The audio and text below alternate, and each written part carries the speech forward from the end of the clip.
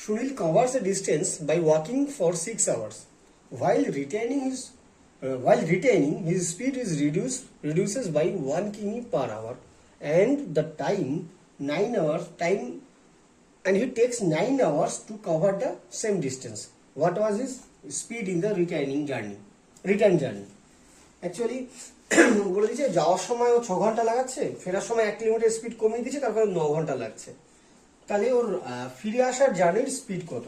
আমি ধরলাম ওর ফিরে আসার জার্নির স্পিড, মানে যেটা রিটার্ন করছে আর যেটা যাচ্ছে, রিটার্ন করার সময় ওর স্পিড ধরলাম এক্স, এটা আমাদের চাইছে।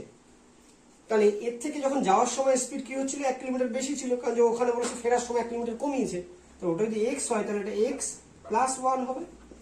এই যাত্রা পথে ওর যেতে সময় লেগেছে 6 ঘন্টা, আর এই কমানোর ফলে সময় লেগেছে 9 ঘন্টা।